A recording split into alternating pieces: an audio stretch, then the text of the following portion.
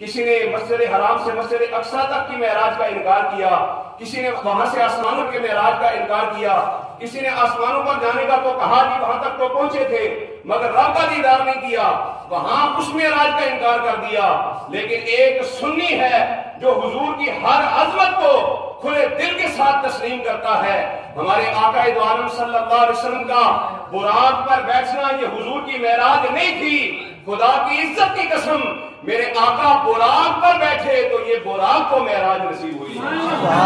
میرے آقا مسجد اقصی میں گئے اور انبیاء کو امامت کروائی تو یہ حضور کی معراج نہیں تھی، بلکہ جن انبیاء نے امام الانبیاء کے پیچھے نماز ادا کی ہے مسجد اقصی کے اندر ان 1,24,000 کم و بیش انبیاء کی معراج ہوئی ہے۔ حضور کی معراج نہیں، پھر حضور آسمانوں پر تشریف لے گئے تو یہ حضور کی معراج نہیں تھی، یہ تو آسمانوں پر حضور کا دیدار کرنے والوں کی معراج تھی۔ اور سدرۃ المنتہا پر پہنچے تو وہاں پر جبریل امین کی معراج تھی۔ ارے حضور کا سفر تو اس سے آگے شروع ہوا ہے، حضور کی معراج تو لامکان سے شروع ہوئی ہے، اس جگہ سے شروع ہوئی ہے جہاں پر کوئی بھی باقی نہیں تھا، یا خدا تھا یا مصطفیٰ تھا۔ اسی معراج اقراض محبت آندا، اسی معراج اقراض محبت آندا تے نہیں سی کسی دی سمجھ وچ آن والا، سدیا طالب تے گیا مطلوب تھے تے جبریل سی سد لے جان والا۔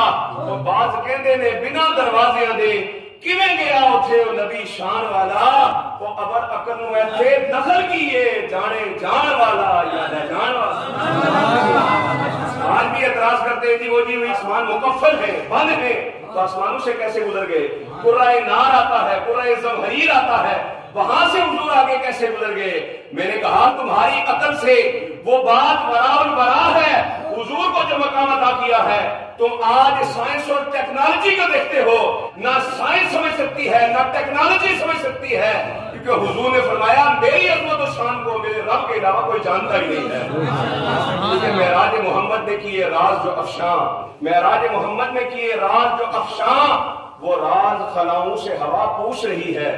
معراج محمد نے کیے راز جو افشاں، وہ راز خلاؤں سے ہوا پوچھ رہی ہے، اور پھیلائے ہوئے گوشائے دامان تجسس، ارے سائنس بھی محمد کا پتہ پوچھ رہی ہے، سائنس بھی محمد کا پتہ پوچھ رہی ہے۔